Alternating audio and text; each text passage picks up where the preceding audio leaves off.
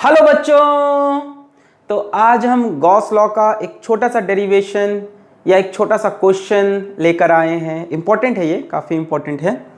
और वो ये है कि जब एक डिस्क हमने यहाँ पे ली के सेंटर से x डिस्टेंस दूरी पे एक पॉइंट चार्ज q रखा हो, जिस डिस्क का रेडियस r हो, तो इस q चार्ज की वजह से डिस्क में से कितना इलेक्ट्रिक फ्लक्स निकलेगा, डिस्क में से कितना इलेक्ट्रिक फ्लक्स पास करेगा। तो उसकी वैल्यू है q by 2 epsilon not 1 minus x upon under root x square plus r square. X center से डिस्टेंस है, आर डिस्क का रेडियस है। ये डिस्क है, ये चार्ज q है। यहाँ से देखो इलेक्ट्रिक फ्लक्स ऐसे निकलेगा, डिस्क में से पास करेगा। तो पूछा है कितना फ्लक्स पास करेगा। फ्लक्स सब समझते हैं ना, सबको फ्लक्स समझ में आता है। क्या होता है? इंटीग्रेशन E डॉट डी ए। तो यही पूछा है, ठीक है। अच्छा, इसी क्वेश्चन को एनालाइज करने का एक और तरीका है। अगर इसको मैं पूरे को वर्टिकल फ्रेम में लेके आऊं तो ये पूरी कहानी ऐसी लगती है कि जैसे एक कोन के वर्टेक्स पे चार्ज क्यों रखा है। ध्यान से देखो, इसी को अगर मैं ऐसे सीधा कर दूं ऐसे, तो ऐसा लगेगा कि ये कोन हो गया कि वर्टेक्स पे चार्ज क्यों रखा है और उस कोन में से कितना electric flux due to charge q बाहर निकलेगा। Due to charge q cone में से कितना फ्लक्स बाहर निकलेगा। यहां हमने क्या किया कि सेमी वर्टिकल एंगल थीटा ले लिया, ठीक है। कोन को यहां से डिवाइड किया वर्टिकल से और सेमी वर्टिकल एंगल थीटा। तो हमने देखा कि flux through cone is q by 2 epsilon not 1 minus cos theta. These both are same thing. ध्यान से देखो, इसी एंगल को तो हमने यहाँ पे थीटा बोल दिया, यही तो किया, इस एंगल को थीटा बोल दिया। इस फिगर से अगर हम देखें तो कॉस थीटा की वैल्यू कितनी आएगी? Base upon hypotenuse. बच्चों ये वैल्यू कितनी हो जाएगी? Under root x square plus r square, यही होगी। तो अगर कॉस थीटा की वैल्यू हमसे कोई पूछे तो base upon under root x square plus r square. तो आपकी मर्जी है, चाहो तो आप कॉस थीटा लिखो, चाहो तो x upon under root x square plus r square. दोनों सेम चीज है, ये फील हो गया। एक चार्ज q डिस्क की एक्सिस पे x डिस्टेंस पे रखा हो या चार्ज q कोन के वर्टेक्स पे रखा हो।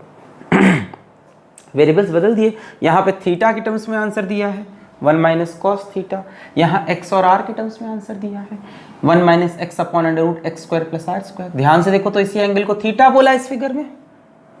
So cos theta is base upon hypotenuse. तो इन दोनों में से अगर एक भी हम डिराइव कर लें तो अपने आप दूसरा प्रूफ हो जाएगा। तो हम ये वाली डेरिवेशन आपको करके दिखाएंगे, क्योंकि ये काफ़ी किताबों में और काफ़ी कोचिंग में कराई जाती है, और इसके थ्रू ये भी प्रूफ हो जाएगा। क्लियर बात है। देखो यही डायग्राम है ना, ये इसको ऐसे रख दो तो ये थीटा हो गया, then this term will become cos theta. So 1 minus cos theta लिखूं या ये। चलिए ये वाली डेरिवेशन देखते हैं। फॉर्मूला पहले नोट कर लें कि कोन के थ्रू फ्लक्स निकला q by 2 epsilon not 1 minus cos theta, और डिस्क के through q by 2 epsilon not 1 minus x upon under root x square plus r square. जैसे यहाँ हमारे पास एक डिस्क है और डिस्क के सेंटर से x डिस्टेंस दूरी पे एक पॉइंट चार्ज q रखा है, डिस्क का रेडियस r दे रखा है। पूछा है चार्ज q की वजह से डिस्क में से कितना फ्लक्स बनेगा। देखो सामने यहाँ पे डिस्क है ऐसे ऐसे, और पॉइंट चार्ज q इस एक्सिस पे रखा है, दिख रहा है यहाँ पे। यहाँ से फ्लक्स ऐसे निकलेगा और डिस्क से पास करेगा। पूछा है कितना फ्लक्स बनेगा भाई। तो बच्चों फ्लक्स के लिए हम कौन सा फॉर्मूला यूज करें यहाँ पे? तो बच्चों फ्लक्स का ये फॉर्मूला लगाएंगे, इंटीग्रेशन E डॉट डी ए। ये क्यों लगाया? क्योंकि इलेक्ट्रिक फील्ड यहाँ पे वेरिएबल है। ध्यान से देखो, ये जगह चार्ज के पास में है तो फील्ड यहाँ पे ज़्यादा होगी, ये जगह चार्ज से दूर हो गई है तो वहाँ जाके फील्ड कम हो जाएगी। जैसे जैसे डिस्क के अलग अलग पॉइंट्स कवर करोगे, चार्ज क्यू है, देखो ये वाली लाइन ज़्यादा दूर जा रही है तो यहाँ जाके फील्ड कम हो जाएगी और यहाँ पे फील्ड ज़्यादा होगी। भाई ये पास में पॉइंट है, ये दूर है, मतलब इलेक्ट्रिक फील्ड नॉन यूनिफॉर्म है, तो ई डॉट डी ए का इंटीग्रेशन करना पड़ेगा।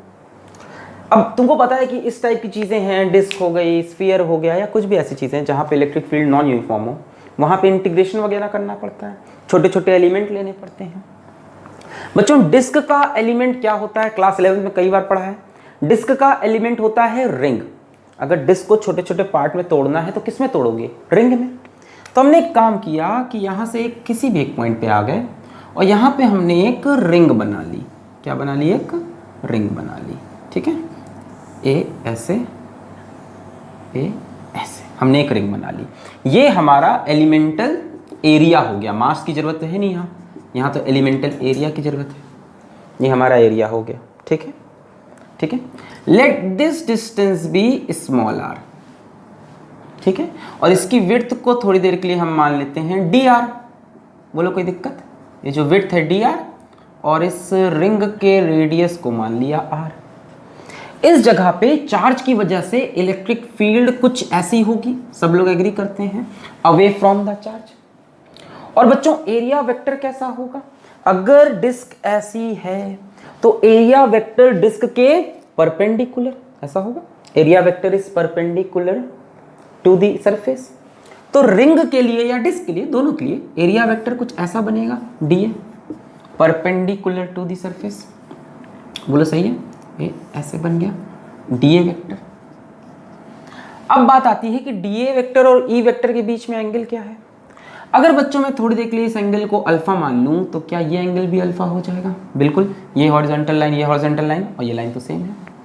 बोलो सही है, खिचिक खिचिक एंगल अल्फा। यानी यहां से निकलने वाला एलिमेंटल रिंग से, फ्रॉम एलिमेंटल रिंग समझते हैं, बहुत ही थिन रिंग। हम करेंगे क्या, हम पतली पतली, प्लान क्या है हमारा प्लान है हम पतली पतली रिंग्स काटेंगे खूब ढेर सारी, हर एक रिंग का फ्लक्स निकालेंगे और उसके बाद इंटीग्रेट कर देंगे, है ना। एक रिंग का फ्लक्स निकाल लो, एक रिंग में से कितना फ्लक्स बन रहा है, छोटा सा फ्लक्स। फ्रॉम एलिमेंटल रिंग छोटा सा flux d phi is equals to E dot d A. E dot d A क्या हो जाएगा, E d A cos alpha.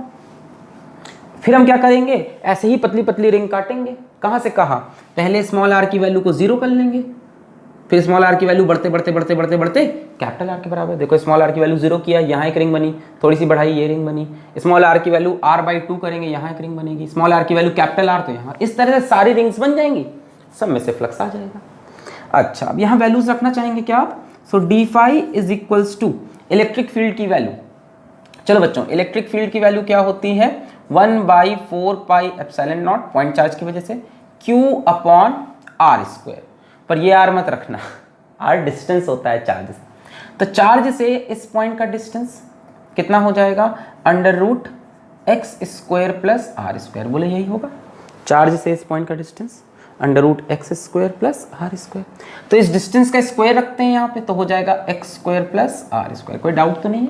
Charge Q से ये पॉइंट कितना दूर है, इतना, और यहाँ उस दूरी का स्क्वायर रखा जाता है, 1/4πε0 Q/r², where r is the distance of charge with that point.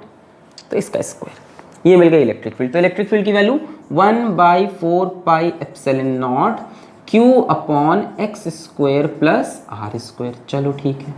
अब बात आई डीए की। डीए क्या है, डीए एलिमेंटल रिंग का एरिया है। तो एलिमेंटल रिंग का एरिया कितना होगा, कितना होगा। इस रिंग को मैंने उठाया और इस रिंग को मैंने ऐसे सीधा कर दिया, खोल के सीधा कर दिया इस पूरी रिंग को। जब बच्चों इसको सीधा करोगे तो इसकी लेंथ कितनी होगी, सरकमफेरेंस के बराबर। सरकमफेरेंस इसका होगा 2πr, रेडियस r है इसका, इसको खोल दिया 2πr। और बच्चों ये कितना होगा, थिकनेस इसका dr। तो यहाँ से इसका एरिया हो जाएगा लेंथ इंटू ब्रेथ। तो इसका छोटा सा area dA, length into breadth. तो यहाँ एरिया के लिए 2πr इंटू dr।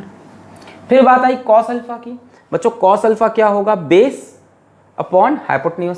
तो base is x upon hypotenuse is √x² + r²। चलिए, तो यहाँ पाई से पाई मर जाएगा, 2 1 2 2 4, और कुछ तो सॉल्व नहीं हो रहा।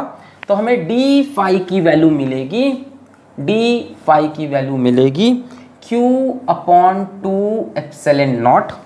ऊपर मेरे पास बचेगा x into r dr upon, यहाँ x² + r² की पावर 1 है, यहाँ x² + r² की पावर ½ है। तो इसको आप लिख सकते हो x square plus r square की पावर 3/2। बोलो सही है। 1/2 प्लस 1 कितना हो गया 3/2। ठीक है, 1/2 यहाँ पर, यहाँ 1 प्लस किया 3/2। अब आपको टोटल फ्लक्स चाहिए, तो बच्चों टोटल फ्लक्स के लिए क्या करो, छोटे छोटे फ्लक्स को इंटीग्रेट कर दो। या ऐसा लिखा है देखो, ई डॉट डी ए का इंटीग्रेशन। तो आपने ई डॉट डी ए तो निकाल लिया है, what is this E dot d ए। अब इसका इंटीग्रेशन कर दो टोटल फ्लक्स के लिए, है ना। पहले इसकी वजह से फ्लक्स निकाला, सिर्फ एलिमेंट की वजह से। अब पूरे के लिए चाहिए तो ऐसी छोटी छोटी रिंग खूब ढेर सारी काटो। कहाँ से कहाँ, क्यों, कौन वेरिएबल कौन है, ध्यान रखो, एक्स वेरिएबल नहीं है, एक्स कांस्टेंट रहेगा। देखो जब दूसरी रिंग काटोगे तो भी एक्स वाई रहेगा, अगली रिंग काटोगे तो भी एक्स वाई, छोटी ये रिंग तो भी एक्स वाई। एक्स तो यार ये डिस्टेंस है ना, आप रिंग अलग अलग चूज करोगे हर बार, ऐसे खचक खचक खचक, बड़ी बड़ी रिंग। आर वेरिएबल है और आर की वैल्यू सबसे छोटी वैल्यू होगी 0, तब ये वाली रिंग बनेगी, फिर बढ़ाओगे तो ये रिंग बनेगी, फिर ये रिंग, इस तरह करते करते पूरी डिस्क कवर हो जाएगी, सबसे फ्लक्स निकल आएगा, है ना। तो आर वेरिएबल है हमारा, याद रखना आर हमारा वेरिएबल है और आर 0 से कहां तक जाना है, कैपिटल आर तक, है ना। अच्छा आओ इसको इंटीग्रेट करें, तो phi is equals to integration of q/2 epsilon not x r d r upon x square plus r square की पावर 3/2। कांस्टेंट चीजें बाहर ले लो, q कांस्टेंट 2 एप्सिलॉन नॉट और x भी तो कांस्टेंट रहेगा, ये डिस्टेंस तो चेंज ही नहीं हो रहा है डिस्क का और चार्ज का, इन पॉइंट्स का चेंज हो रहा है जहां जहां फ्लक्स निकालना है। अच्छा सो इंटीग्रेशन जो होना है बेसिकली वो होना है r d r upon r square plus x square की पावर 3/2। अब इस टर्म को इंटीग्रेट करने के लिए आपको थोड़ा बहुत इंटीग्रेशन आना चाहिए। क्लास 11 पे आपने थोड़ा बहुत सब्स्टिट्यूशन मेथड पढ़ा होगा, नहीं पढ़ा तो हम आपको सिखाएं, कहाँ पे बताया जाए आपको, यहीं बताया जाए। चलो अगर मैं r square plus x square की वैल्यू को टी स्क्वायर मान लूँ, लेट जरा डिफरेंशिएट करो दोनों तरफ, 2r dr, x तो कांस्टेंट है, 2t dt ऐसे डिफरेंशिएट होगा, है ना। कांस्टेंट टर्म का डिफरेंशिएशन 0, r का 2r dr और t का 2t dt, है ना। दोनों तरफ पार्शियल डिफरेंशिएशन किया, 2 से 2 कट गया, तो r dr की जगह t dt लिख सकते हैं। So qx upon 2 epsilon not, r dr की जगह t dt upon r square plus x square की जगह टी स्क्वायर और टी स्क्वायर की पावर 3/2, तो 2 तो कैंसिल हो जाएगा, टी क्यूब आ जाएगा। बोलो सही है। R square plus x square की जगह टी स्क्वायर रखा, टी स्क्वायर रखते ही 2 cancel, t cube. So this will give a 2t की पावर -2, है ना। So finally qx upon 2 epsilon not integration of t की पावर -2 dt। बच्चों t की पावर -2 का इंटीग्रेशन क्या हो जाएगा, t की पावर -2 + 1 अपॉन -2 + 1 यानी -1/t। ठीक है, ये सब तो आप कर सकते हो basic integration, qx upon 2 epsilon not और ये आएगा -1/t। बोला सही है। t की पावर -2 का इंटीग्रेशन -2 + 1, नीचे भी -2 + 1, तो नीचे -2 + 1 -1 और ऊपर -2 + 1 t की पावर -1 जिसको -1/t। क्या आपने ये सारी चीज़ें नोट कर ली है? नोट कर लें तो मैं इसको मिटा दूँ, नोट कर ली, मिटा दी जाए। एलिमेंटल रिंग ली, ऐसी खूब डिसाइड रिंग है, इस रिंग के लिए इलेक्ट्रिक फील्ड ऐसे जा रही है चार्ज की वजह से, यहाँ पे ऐसे जाएगी, है ना। हर जगह इस रिंग के लिए ये एंगल चेंज नहीं होगा, इसमें भी मत डरो। जैसे ये रिंग ऐसे है तो इलेक्ट्रिक फील्ड ऐसे जाएगी और ये ऐसे होगा, सो this will be again alpha. भाई ये डिस्टेंस थोड़ी ना चेंज होगा, ध्यान से देखो, है ना। तुमको लग रहा है सिर्फ इस पॉइंट के लिए ऐसा हुआ है, नहीं, इस रिंग पे बसने वाले हर पॉइंट के लिए ये कहानी होगी। देखो ये डिस्टेंस एक्स चेंज नहीं होना, ये एंगल तुम्हारा फिक्स हो जाएगा जब घुमाओगे एक रिंग के लिए, तो बच्चों ये डिस्टेंस भी तो फिक्स हो गया, ये वाला ऐसे टर, देखो टर, ये डिस्टेंस फिक्स होने से इलेक्ट्रिक फील्ड का डायरेक्शन फिक्स हो गया और ये area vector, so this angle will always be alpha. मैं इसको मिटा लूं, अब नोट कर लें। ओके, तो वापस आते हैं इंटीग्रेशन पे। अच्छा देखो, अब इंटीग्रेशन होना तो t में था बट वैल्यूज तो ये हैं, तो t की वैल्यू पुट कर देते हैं। So it will be qx upon 2 epsilon not और -1/t की जगह √r² प्लस x²। अब बताओ कहाँ से कहाँ इंटीग्रेट करना है। r की सबसे पहली वैल्यू 0, आखिरी वैल्यू कैपिटल R, बस वैल्यू रख दो। qx upon 2 epsilon not minus, पहले r की जगह x की जगह मत रखना, r वेरिएबल है, r की जगह capital R, -1 upon √r² plus x² minus, फिर माइनस लगेगा तो प्लस 1 अपॉन, अब r की जगह 0 तो 1 upon under root x square यानी 1/x। So total flux is coming out to be q, इस x को अंदर भेज दे रहे अपॉन 2 एप्सिलॉन नॉट, x को अंदर भेजा तो ये x/x minus x by under root r square plus x square, बोले ऐसे लिख सकते हैं। इस x को अंदर भेजा तो x/x minus x upon this, x/x will become 1, so 1 minus x by under root r square plus x square, यही एक्सप्रेशन चाहिए था हमें। So this is the flux through disk. अब इसी को कोई कहे कोन के टर्म्स में समझना हो, है ना, तो बच्चों इस एंगल को थीटा मान लो। अब देखो ये कोन जैसा दिखाई पड़ने लगा, इसी को ऐसे इमेजिन कर लो।